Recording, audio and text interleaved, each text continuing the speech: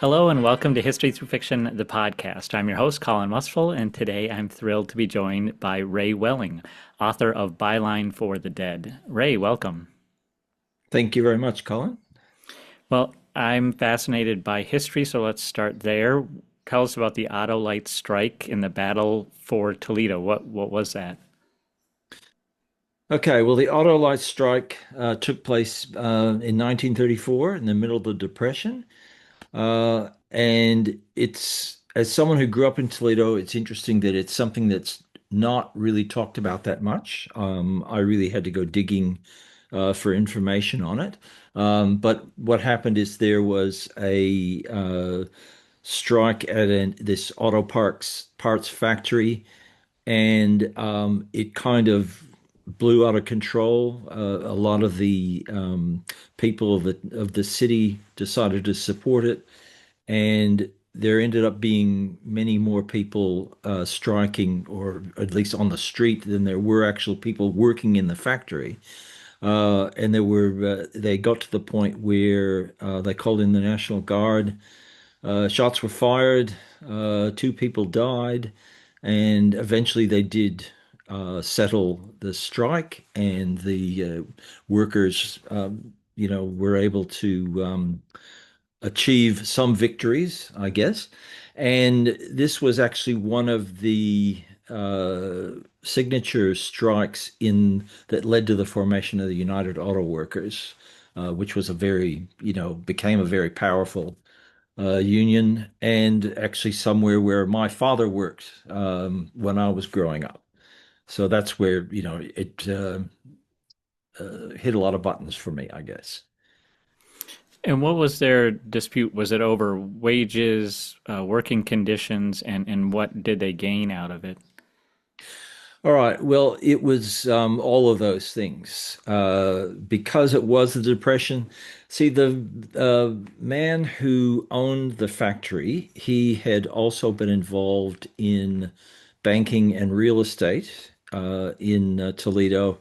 And at the beginning of the Depression, all of those investments went bad. So he started tightening the screws at his auto parts factory in order to, gain back what he was had lost from the other investments. So um, like people were, getting paid 60 cents an hour, and then they were told they were only getting paid 55 cents an hour, and then 2 weeks later they were told they're getting paid 45 cents an hour because it was the middle of the Depression, and because Toledo had been severely affected by bank closures and that sort of thing. People really wanted to hang on their jobs, so most of them were putting up with the poor wages, and then a lot of the working conditions. There were a lot of safety issues, as there would have been in a lot of places in the 30s.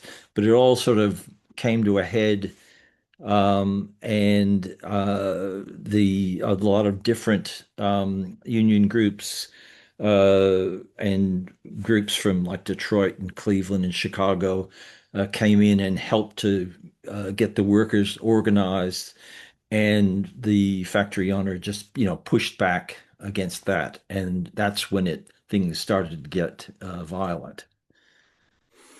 Well, this isn't a nonfiction. It's called Byline for the Dead. So tell me about first maybe your engagement with the history and all the research you did, and how you then kind of transfer that over into a fictional story with mystery and thriller elements.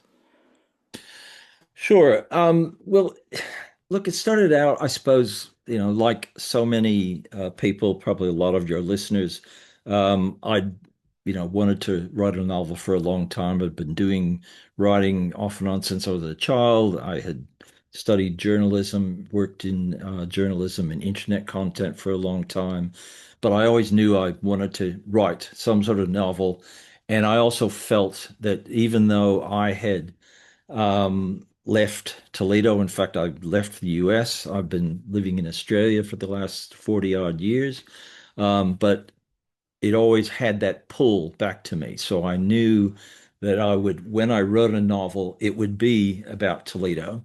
Um, and I suppose I felt that going back further in history than my own life would be, you know, probably less controversial for the people that I know who would read the book. So I got the idea, okay, I'm going to write a book. It's going to be about Toledo, but it will take place in a, the more distant past than when my, childhood and adolescence was. And so that's when I started digging around, saying, okay, well, what are some of the things that I could be writing about? And I, looked into the history of some of the people like, Edward Libby, who had got involved in starting the glass industry and all that sort of thing. And then I just came across something in my research about this strike, and I'm thinking, I don't remember hearing much about that at all. But as I dug into it, absolutely fascinating story. And the fact that the National Guard had been called out and that there were people died and all that sort of thing, I thought, well, um, that kind of has echoes through history as well. And even now, there are it's a very different situation, but things happening with the National Guard and that sort of thing. So I thought, okay, well, this could be something that people would find interesting. So I dug into it, and I suppose the most important piece of research I uncovered was, and I talk about it in the acknowledgments in my book. There was a oral history that was done by a group of researchers at the University of Michigan, where 40 years after the strike, so in the 70s, they conducted a whole range of interviews with people who were still alive. And it was just absolutely fascinating. And it was really well done the way it was put together. And they talked about all the different parts of the strike because it went on for, well, they first went on strike in February, and they got some concessions that weren't really um, followed up on, so they went strike again in April, and then that carried on and through until June. So that it went on for several months, and there were all types of different interesting activities that were going on with that. So I thought, okay, well, so that history was really useful. And then I thought, okay, I think I can turn this into a story. So it ended up being a dual timeline about a young journalist who was in 1984, who's writing about the 50th anniversary of the strike. And it goes back and forth between a mystery that gets uncovered related to the strike in 1984. But every second chapter is a different angle on what was happening with the strike. So tell us more about this journalist, Gray Wheeler. Is he just do you create him out of your own imagination based on your own experiences as a journalist? And yeah, what kind of transformation does he go through as he uncovers this mystery?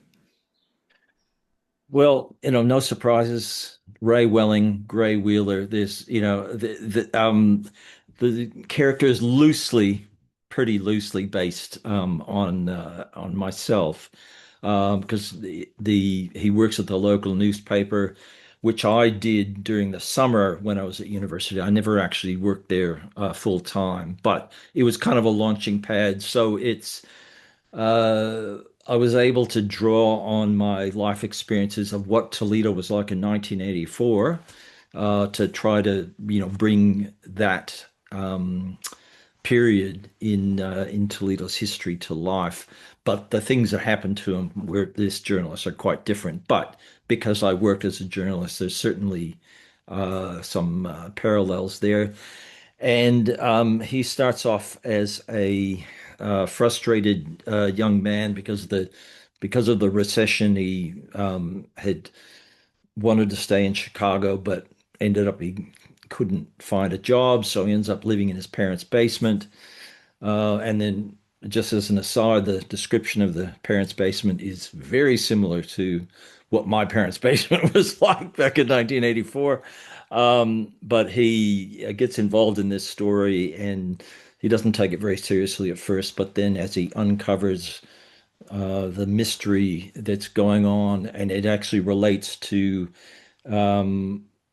a lot of things that have happened in Toledo over that ensuing 50-year period. And he, I guess, finds probably more um, resilience and courage in himself in uncovering this story, and wanting to bring facts to life despite the danger that it puts him in. And it's one of those classic stories, I guess, where hopefully he ends up as a I don't know, what do you want to say? Maybe more well-rounded person by the time he gets to the end. And what was that process like for you? You have background in journalism, writing fiction, mystery, thrillers is quite a different genre, quite a different style. Um, how long did it take you to get that first draft out there? And then what was the editing process like for you to actually finalize this into a compelling, readable narrative? Yeah, I mean, on some levels, I've actually been working on the story idea for decades. Um, but I suppose once I decided that this was actually what I was going to write about, that it was going to be about the Auto-Lite strike, and that there was going to be the dual timeline with 1984, um, I was really surprised at how quickly it all came together. Even though I haven't, published fiction before, as you say, I certainly have done a lot of writing over time, and crime fiction and mystery is my go-to in terms of what I'd love to read. So I have decades of experience in, reading so many of those stories and working out how the pacing works and all of that sort of thing. But the first draft, I probably wrote the entire book in the space of about 8 months, which I know is pretty rapid, but it was the way I describe it is after years of um, I'm trying to think what's the term I'd used before. Um, you know, Like Okay, incubating? sorry. After years of literary constipation, thought constipation, well, after years of literary constipation, once it got going, it was like literary diarrhea, and it just came out. And I was, spending all my waking moments thinking about this and getting different ideas down, and then revising and all of that sort of thing. And I sort of turned around, and I had beta readers that were helping me out and that sort of thing as well. And I turned around and boom, there it was. The book was written. Well, that's amazing. Congratulations. It's been out now for a little while. What's the reception been like? I know you were a finalist for an American Writing Award. How did that feel? And are you feeling inspired to continue this story or another story like it? Yes, I was, certainly very pleased to get the become a finalist in the American Writing Awards. There's a couple of others that I'm waiting to hear about as well soon. Is actually in the category of Great Lakes fiction, so I'm hoping that because of the fact that the entire story takes place in the Midwest, that there might be some traction with that as well. But yes, I've definitely decided that this is what I want to do as my fourth act, if you like. And I've already charted out a series for this character, and I'm in the middle of my second draft on the second book at the moment. That's amazing. That's wonderful to hear. Well, I wonder if you can talk a little bit more about journalism. Uh, Journalism is certainly under fire here in the United States for Mm. political reasons. And it's also a changing landscape over the last decade or so with, of course, social media and now AI, which makes just journalism that much more important. Um, can you talk about that changing landscape and how your story can kind of remind us about the importance of journalistic integrity? Look, yeah, to be honest, I think one of the things that made it easier to set the book in the past was that um,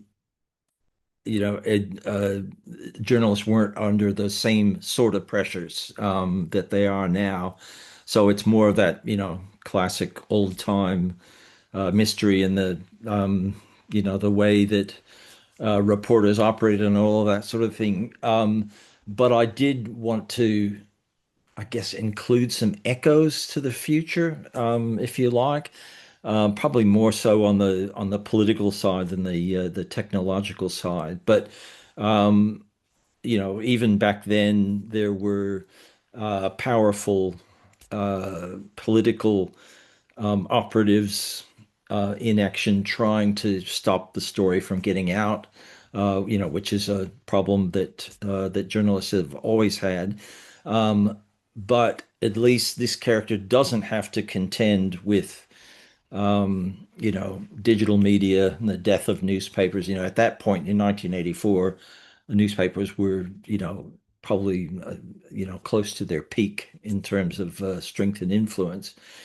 And, they don't deal with social media.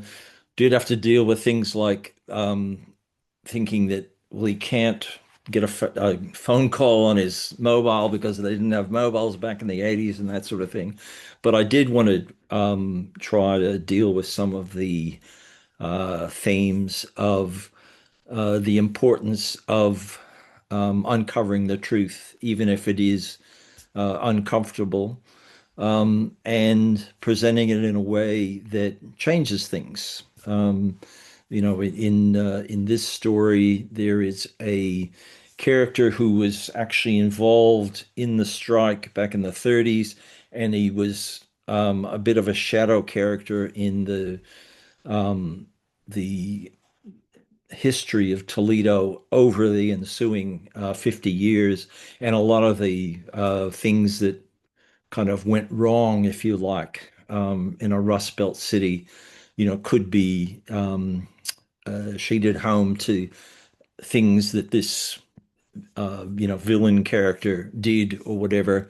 And it, so I tried to bring out the importance of somebody or some people getting together and actually trying to find out what has actually happened when people are actively trying to cover it up, and why it's important that that information, continues to get out there. And I have had people say that they feel that there are elements that they can relate to in today's life, despite the fact that the story takes place, 40/90 years ago. Well, I think that's just such a crucial message to remind us how important it is to seek out the facts. And just to, even though it is hard, you have to go through quite a lot, but it is very important. We're on a podcast, and you have, I think, two podcasts. So I don't want to end things without letting you at least mention them. Tell us about your Oh, podcasts. oh, thank you. Okay. Well, I yeah, have worked on a couple of podcasts. One of them was called Clear as Mud, and because I mentioned before about my fourth act, I sort of started on journalism, then I did internet content, digital work, and then I'm doing teaching at the moment in communications and marketing. And I was actually working with a former colleague of mine, and we were investigating different um, uh, ways that communication gets garbled, I guess. Either things that are happening in today, but also, classics of advertising and marketing and that sort of thing. And interestingly enough, that's actually how I ended up meeting my publisher for my book, is that I was digging into a story that I was, oh, I guess, part of, which was the first journalist who had to give back their Pulitzer Prize, who was a woman called Janet Cook at the Washington Post in the early 1980s. And she had used to work at the Toledo Blade when I was working there. And she wrote a fantastic story about a young 8-year-old heroin addict in the ghettos of Washington. And it was a fantastic story, but it was a compilation of a whole bunch of different people that she talked to. So it was actually fiction. It wasn't it wasn't journalism per se. But anyway, the I ended up finding the a fellow that worked with her who had written a book about it. And he also runs a publishing company out of California. And I ended up working with him. His name was Mike Sager. Um, and so that was, those were the types of people that we talked to on that podcast.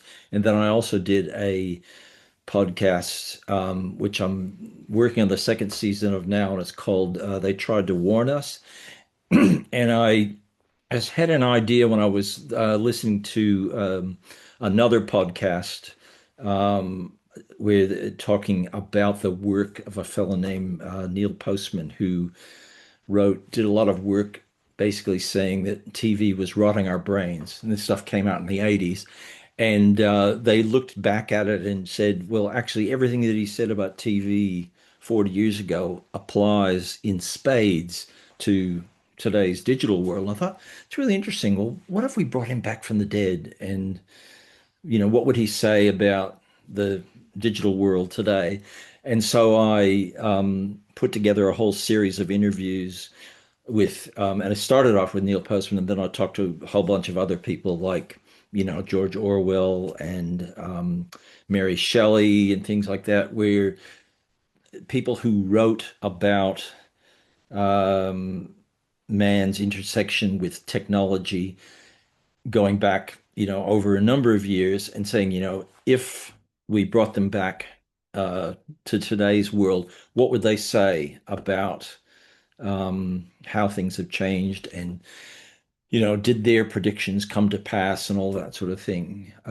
So that has been quite interesting, and that one has a book associated with that as well, where I've basically taken the transcripts from the podcast and even some episodes that haven't been produced yet, put into that book.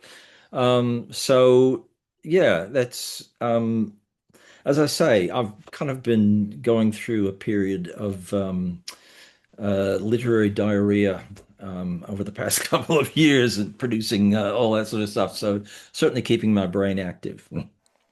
Well, it's all very, very fascinating. So, just congratulations on doing that work, and hopefully we can find you some new listeners because that sounds Thank you. very interesting.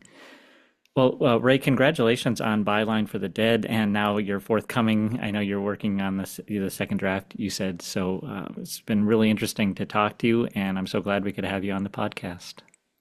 All right. Well, thank you very much. And I really enjoyed talking to you.